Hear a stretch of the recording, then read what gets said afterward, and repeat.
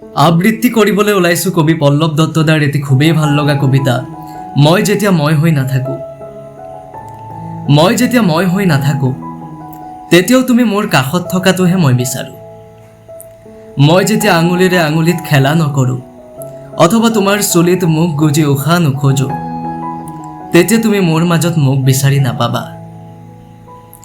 মই যেতিয়া তোমাৰ দুচকুৰ সমুদ্ৰত নাও বাই নুফুৰো অথবা অশ্লীল ৰাতিত তোমাৰ গীত নুশুনো তেতিয়া তুমি মোৰ মাজত মোক বিচাৰি নাপাবা।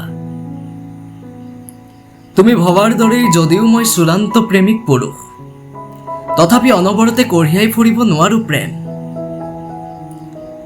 অলপ হতাশাত কৰা নিচাৰ পিছত তোমাৰ যদি উপলব্ধি হয় মই অসমৰ্থ কবি তেতিয়াও তুমি মোৰ কাষত থকাটোহে মই বিচাৰো।